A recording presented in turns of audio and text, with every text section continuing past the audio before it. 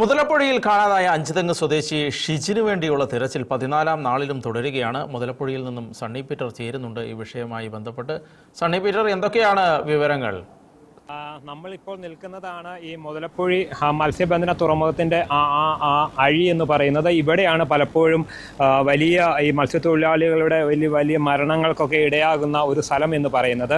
2000-ലാണ് ഈ ഒരു മത്സ്യബന്ധന ഈ തുറമുഖം ഇവിടെ നിർമ്മിക്കുന്നത്, ഈ മുതലപ്പുഴി എന്ന് പറയുന്നത്. അന്ന് തൊട്ട് ഏകദേശം ഇതുവരെ 80ഓളം മത്സ്യത്തൊഴിലാളികൾക്കാണ് ഇവിടെ ജീവൻ നഷ്ടമായിരിക്കുന്നത്. ഏകദേശം 700ഓളം ദുരന്തങ്ങൾ തന്നെ ഇവിടെ ഉണ്ടാവുകയും ചെയ്തിട്ടുണ്ട്.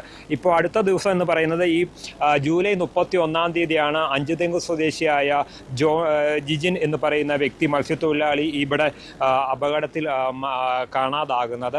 അദ്ദേഹത്തിനോടൊപ്പം വള്ളത്തിലുണ്ടായിരുന്ന മറ്റ് 2 പേര് നീന്തി രക്ഷപ്പെടുകയായിരുന്നു. ഈ മുതലപ്പുഴി എന്ന് പറയുന്ന ഈ മത്സ്യബന്ധന തുറമുഖത്തിൻ്റെ അശാസ്ത്രീയമായ നിർമ്മാണമാണ് ഇത്തരത്തിലുള്ള ദുരന്തങ്ങൾക്ക് ഇടയാക്കുന്നത് എന്നാണ് പറയപ്പെടുന്നത്. ജൂൺ 31-ാം തീയതി കാണാതായ അഞ്ചുതെങ്ങ് സ്വദേശി ജോണിന് വേണ്ടിയുള്ള തെരച്ചിൽ ഇന്ന് രാവിലെ മുതൽ ഏകദേശം ഉച്ചവരെ ഇവിടെ നടന്നിരുന്നു. ഉച്ചയോടുകൂടി ഇപ്പോൾ തെരച്ചിൽ അവസാനിപ്പിച്ചിരിക്കുകയാണ്. ഒരുപക്ഷെ ഉച്ചയ്ക്ക് ശേഷമായിരിക്കും ഇനിയൊരു തെരച്ചിലുണ്ടാകുക.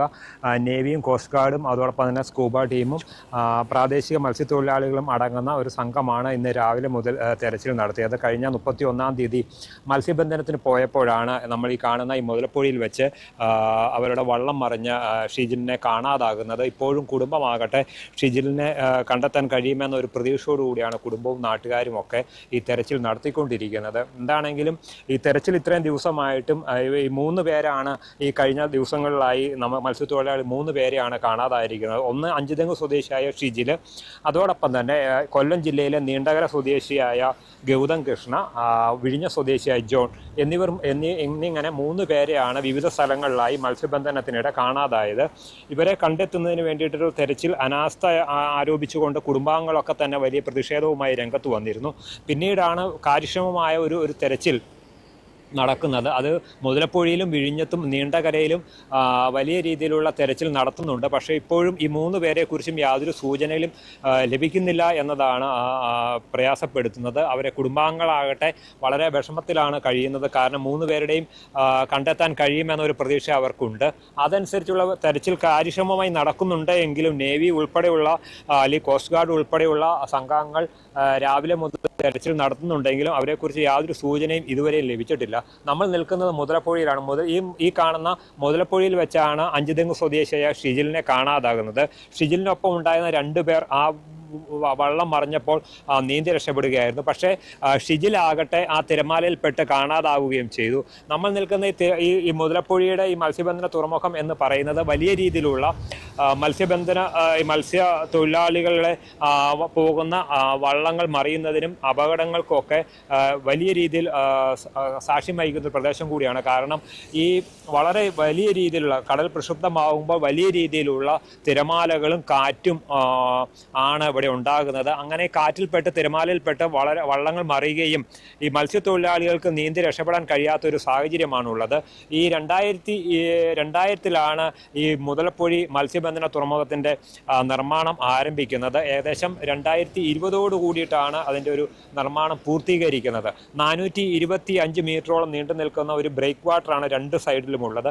വാമനപുരം നദിയാണ് ഇവിടെ വന്ന് ചേരുന്നത്. പക്ഷേ ഈ പൊഴിയിൽ വലിയ രീതിയിലുള്ള തിരമാലകളാണ് ഉണ്ടാകുന്നത്. നമ്മൾ ഇപ്പോൾ പോലും വലിയ രീതിയിലുള്ള തിരമാലകളുണ്ട്. അപ്പോൾ കടൽ പ്രക്ഷുബ്ധമാകുമ്പോൾ നമ്മൾ നിൽക്കുന്ന സ്ഥലങ്ങളിലേക്ക് പോലും വലിയ രീതിയിൽ തിര അടിച്ചു വരുന്ന ഒരു സാഹചര്യമുണ്ട്. അപ്പോൾ അങ്ങനെ വരുമ്പോൾ വളരെ പരിചയമുള്ള മത്സ്യത്തൊഴിലാളികളും അതോടൊപ്പം തന്നെ വള്ളങ്ങൾ പോലും മറിയുന്ന ഈ പൊഴിയുടെ പൊഴിമുഖത്ത് വെച്ച് വള്ളങ്ങൾ മറിയുന്ന ഒരു സാഹചര്യം ഉണ്ടാകുന്നു. അങ്ങനെ ഏകദേശം ഈ കഴിഞ്ഞ 10 വർഷത്തിനിടെ ഈ അഞ്ചുതെങ്ങ് മുതലപ്പുഴി പ്രദേശങ്ങളിലുള്ള മത്സ്യത്തൊഴിലാളികൾ ഏകദേശം 80ഓളം പേരാണ് ഇവിടെ മരണപ്പെട്ടിട്ടുള്ളത്. 700ഓളം പേർക്ക് പരിക്കേൽക്കുകയും വളരെയധികം അപകടങ്ങളൊക്കെ ഉണ്ടാകുന്ന ഒരു സാഹചര്യം ഉണ്ടായി. തുടർച്ചയായി വള്ളങ്ങൾ മറിയുന്ന ഒരു സാഹചര്യം ഉണ്ടാകുന്നു.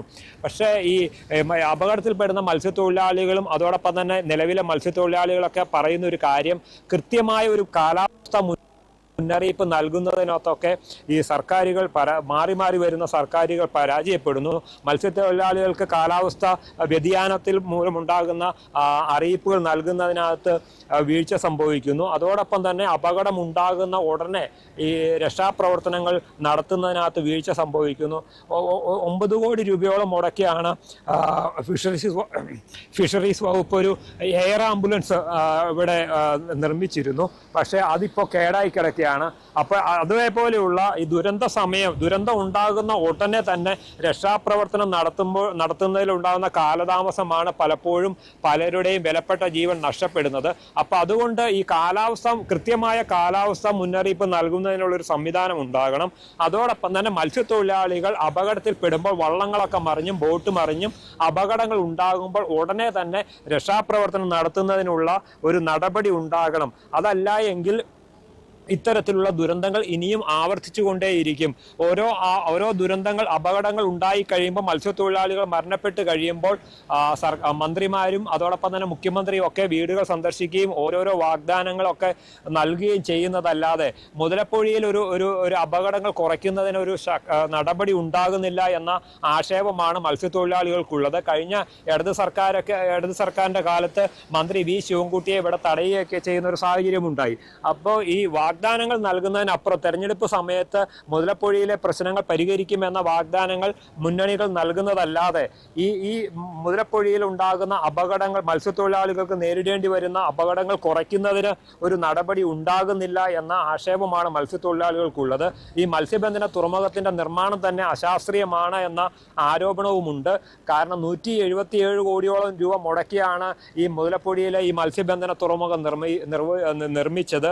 പക്ഷേ ഈ പുലിമുട്ട് നിർമ്മാണത്തിനകത്തൊക്കെ വലിയ രീതിയിലുള്ള അപാകതയുണ്ട് എന്ന് പറയുന്നു. തന്നെയുമല്ല ഈ മുതലപ്പൊഴിയിലെ ഈ പൊഴി എന്ന് പറയുന്ന ഇത് വലിയ ആഴമുള്ളൊരു പ്രദേശമാണ്. തന്നെ അവിടെ ഈ മണലൊക്കെ വന്ന് അടിഞ്ഞ് കൂടുന്ന ഒരു സാഹചര്യമുണ്ട്. പക്ഷേ അത് യഥാസമയം ഡ്രഡ്ജിങ് നടത്തുന്നതിനോ മണൽ നീക്കം ചെയ്യുന്നതിനോ നടപടി ഉണ്ടാകുന്നില്ല എന്നും പറയുന്നു.